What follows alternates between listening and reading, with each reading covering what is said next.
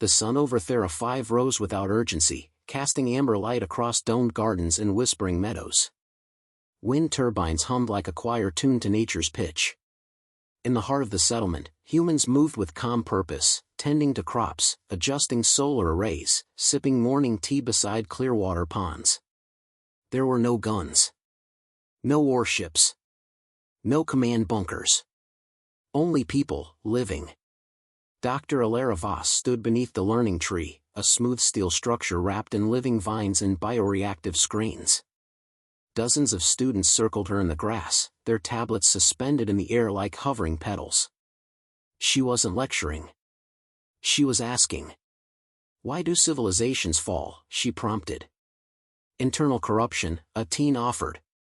Resource exhaustion, another said. Arrogance, Alara added gently, looking skyward. Up there, beyond the blue, something was coming. Her fingers brushed a pendant hidden beneath her shirt, an old earth artifact, smooth obsidian etched with the word observe. It wasn't fashion. It was instruction. Passed down through generations of thinkers who believed in understanding before reacting. From her wristband, a silent ping. Encrypted. Level 7 alert. One of the outer sensor nodes, cleverly disguised as a weather monitor, had caught something massive entering orbit. No weapons detected. No diplomatic signal. Just size. Cold and deliberate. She turned to her students. That's all for today. As they scattered, giggling and unaware, Alara's smile faded. She walked briskly across the courtyard, her path weaving past transparent farms and gravity wells, each system a marvel of design, peaceful, beautiful, and completely unprotected. At least, that's what they wanted outsiders to believe. Inside the central archive, the colony's highest thinkers were already gathering, counselors, engineers, strategists, all wearing the same linen attire. No badges. No hierarchy. Just minds. Counselor Denev, her white hair cropped short and eyes always half-lidded in thought, greeted her with a nod. You saw the alert. They're not broadcasting any intention, Alara said, settling into the circular chambers in a ring. Which means they think we're too primitive to warrant one. A holographic display materialized above the table, the outline of a dreadnought-class warship, Tarskan architecture. Brutalist. Spiked. Efficient. It hovered like a wound in space. They've seen our signals, someone muttered. They know we have no standing fleet. No orbital weapons. No soldiers. A silence settled, but it wasn't fear. It was calculation. Alara leaned forward. What if that's exactly what they're testing? Counselor Denev sighed. They want to provoke panic. Compliance. Maybe occupation. They won't need to try hard, someone scoffed. We're not fighters. No, Alara said. We're not. But that doesn't mean we're weak. A few eyes turned her way. She tapped her wristband.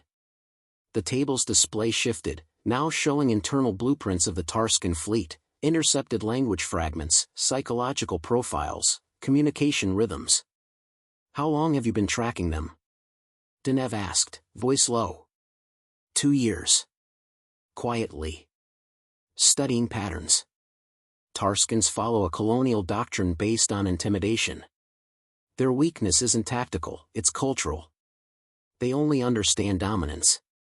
They don't process peace. It confuses them. Confusion doesn't win wars. Confusion leads to mistakes. Mistakes lead to collapse. Denev narrowed her eyes. You have a proposal. I have a strategy, Alara said. But it doesn't involve resistance. It involves invitation. Gasps. Murmurs. You want us to welcome them? They're expecting defiance or surrender. We give them neither. We let them walk in. Let them observe. Let them assume control. And while they do, she tapped the air, zooming in on several innocuous subsystems, food replicators, language nodes, empathy-indexed AI routines. We begin the actual engagement.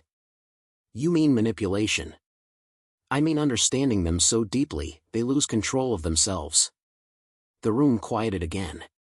Deneuve folded her hands. And if they're not susceptible? They are. Because they're Tarskan. And Tarskans don't believe in self-reflection. That makes them brittle. An old man in the corner, Counselor Hira, a war refugee from Earth's pre-peace era, spoke up. I've seen what happens when arrogance walks into intelligence. Just make sure they never know what hit them. Elara nodded. They won't. Hours later, across the colony, changes began, subtle, seamless. Public data terminals shifted their interface to Tarskan syntax. AI greeters at the dome gates began practicing accented greetings. Human children were coached to ask Tarskan soldiers disarming questions. Drones refocused their routines to shadow the colony's most vulnerable systems that, in truth, were traps of sensory feedback and data entanglement. Elara sat in her observatory, watching the warship's slow descent. It didn't scream invasion. It loomed like a god. She activated her transmitter, one the Tarskans would surely intercept. To any approaching vessel, she said calmly, "Welcome to Thera 5. We are an open colony. We offer peace, food, and sanctuary. You may land at your convenience. Our systems are yours to observe." She ended the transmission. The bait was cast. Behind her, Deneuve appeared. "There's no going back now." "There never was," Elara said. "Only forward." The night sky turned crimson as the Tarskan landing lights pierced the upper atmosphere. No alarms. No evacuations. Just quiet readiness. Elara folded her hands behind her back and whispered to no one. "They thought we had no military. They were right." She smiled. "We don't need one." The dreadnought cut the sky like a scar. Its descent was not swift but deliberate, calculated. Below, the colony of Thera 5 didn't scatter. No citizens fled. No sirens screamed. The streets remained orderly, lined with vertical gardens and soft-lit glass architecture that glowed beneath the alien shadow. The Tarskans expected resistance. They found none. General Ka'Rul Veth stood rigid on the command platform of the landing cruiser, his armored fingers clenched behind his back. His crimson exosuit reflected the pulsing glow of the drop zone thrusters. The silence unsettled him.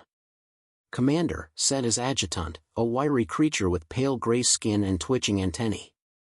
"No barricades. No soldiers. Their welcoming committee consists of 3 children, 1 elderly male, and a musician." Ka'Rul turned to the live feed. Indeed, 3 small humans were waving. One held a glowing sphere that emitted rhythmic pulses. Music. They were playing music. Ka'Rul's jaw tightened. Land. The cruiser hissed into position, its legs unfolding with mechanical grace. The ramp extended. Ka'Rul descended with full escort, 6 elite enforcers clad in armor that crackled with energy. The humans did not bow. They smiled. "Welcome," the elder said, placing a hand on his chest. "I am Rannon. Please, come inside. The air is rich with oxygen. Very suitable for you." Ka'Rul ignored the greeting and scanned the area. No defense structures. No drones in combat mode. He activated his internal link. Deploy 50 squads. Sector sweep. Establish control of their network grid. Lock down the communication tower. "Yes, General." Rannon gestured toward a glass corridor lined with glowing flora. "We've prepared refreshments in the council hall." Ka'Rul tilted his head. "Where's your leadership?" "They're waiting for you. Dr. Elara Vos will join you shortly." Inside the command tent, a mobile Tarskan facility erected within minutes, Ka'Rul reviewed the scan data. Everything was open. No encryption. No shielding. Every building schematic, population count, power source, even food processing logs, all easily accessible. "Too easy," Ka'Rul muttered. The adjutant nodded. It could be a feint. No. They truly are unarmed. Ka'Rul paced slowly. It's cultural. They rejected military development generations ago. But even prey has instincts. This calm is unnatural. On cue, the tense entrance chimed. A single human entered. Elara Voss. She wore no formal attire, just a muted white robe bound at the waist. Her hair was tied back, and she walked without hesitation. 2 soldiers raised their weapons. She didn't flinch. Ka'Rul waved them down. You're the voice from the transmission, he said, eyes narrowing. I am. You invited occupation? We invited understanding. Ka'Rul circled her slowly. You do realize your planet is now under control of the Tarskan ascendancy. You will comply with all demands. That depends on the nature of those demands. You have no leverage. Are you certain? Ka'Rul stopped. Are you threatening me? No, Elara said gently. I'm warning you. There is a difference. He gestured, and a soldier handed him a datapad. Your power grid. Your central AI. All under our control. Elara nodded. So it would appear. Ka'Rul leaned in. You speak our language fluently. Impressive. I've studied your culture. It's efficient. Brutal. Linear. He bristled. It is victorious. She met his gaze. So was every empire, until the moment it wasn't. Ka'Rul dismissed her with a flick of his gauntlet. Remove her. But before the guards reached her, she added softly, I do hope your soldiers aren't experiencing neural strain. Prolonged exposure to our environmental AI can trigger recursive empathy loops. Ka'Rul paused. What did you say? Elara offered a polite smile. Our systems were designed to harmonize emotion for communal wellness.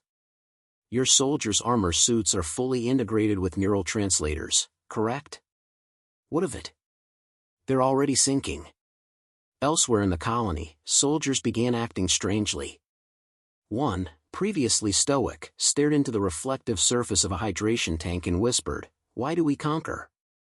Another had dropped his weapon and was sketching a flower into the dirt. Squad leaders reported momentary lapses. Delays in response. Spontaneous daydreaming.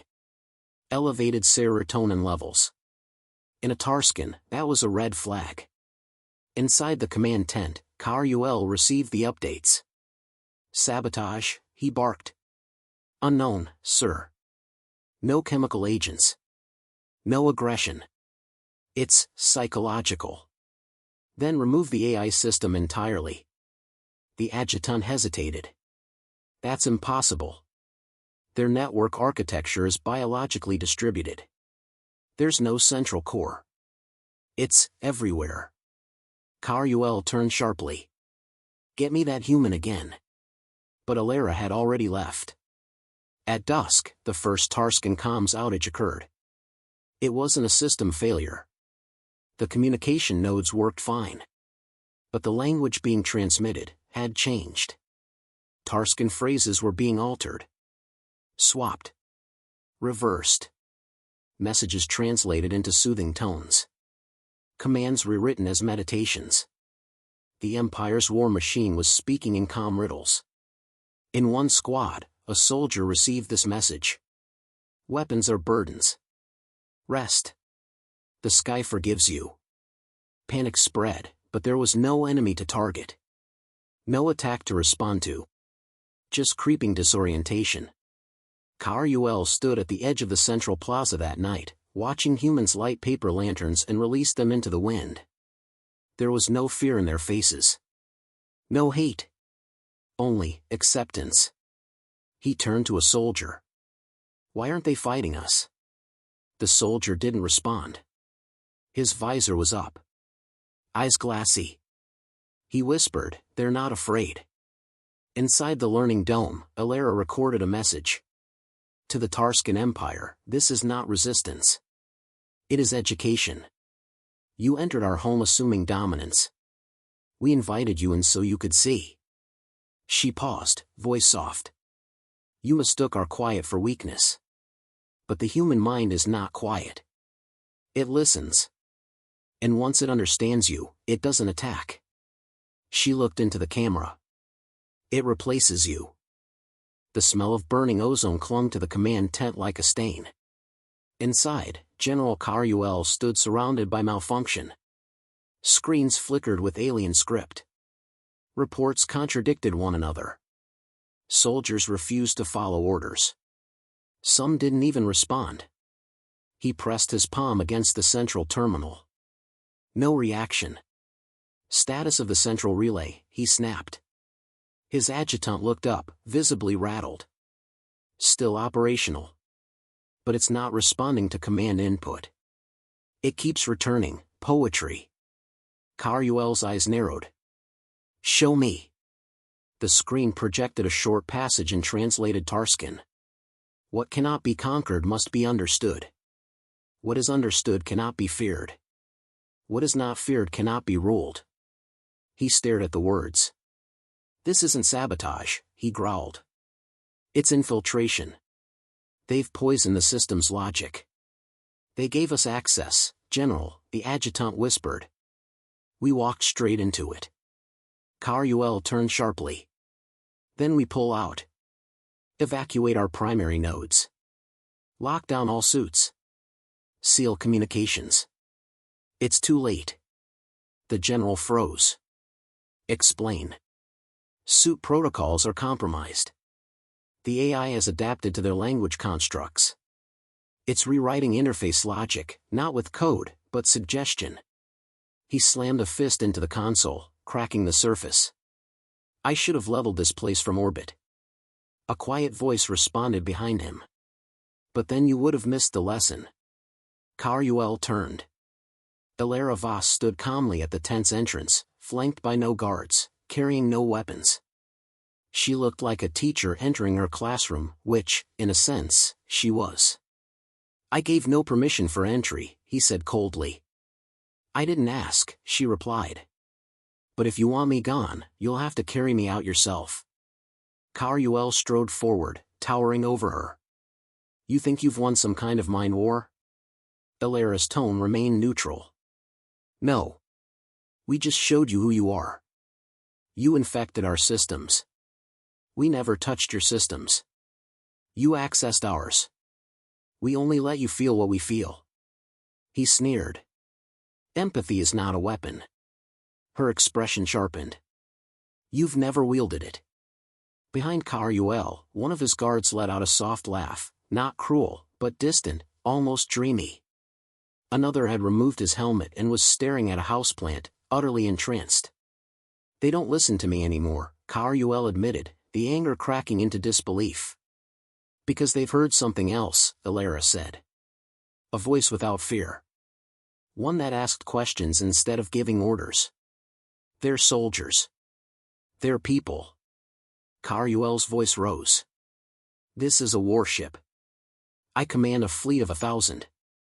And none of them will ever forget this place. He walked to the main control panel, breathing heavily, and activated the Dreadnought's uplink. The screen shimmered, attempting to reconnect to high command.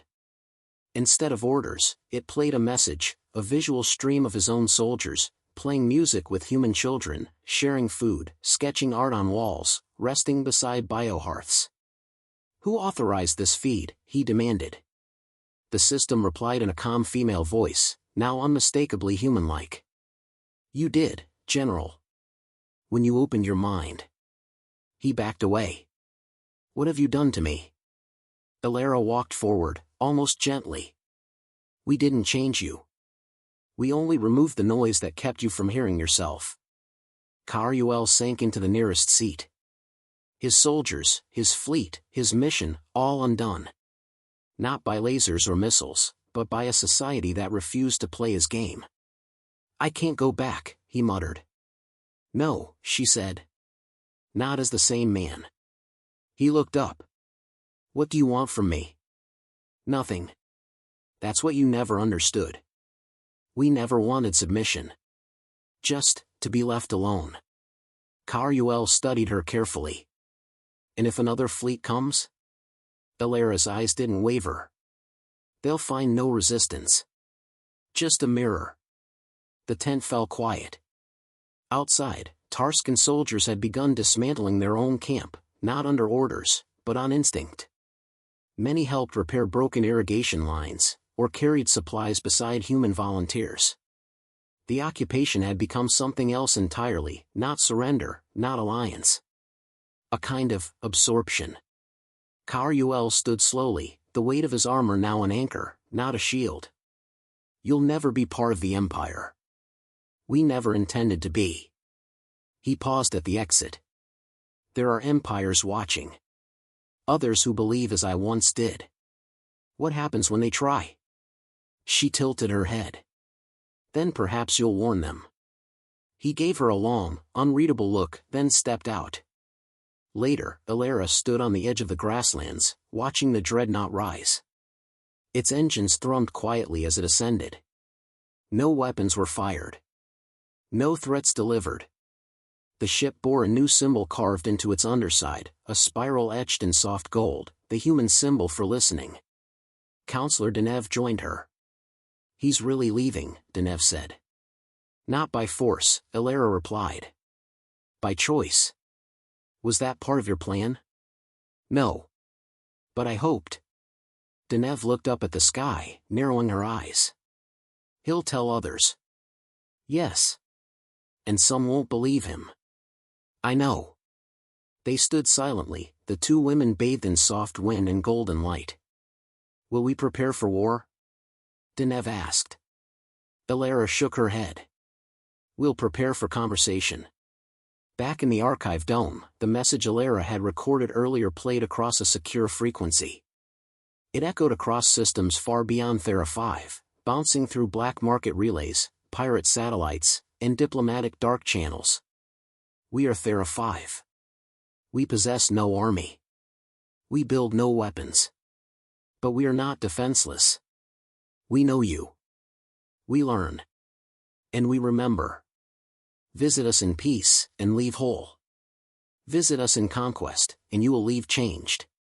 Somewhere in the galaxy, other generals would watch that message. Some would scoff. Some would question. But none would forget.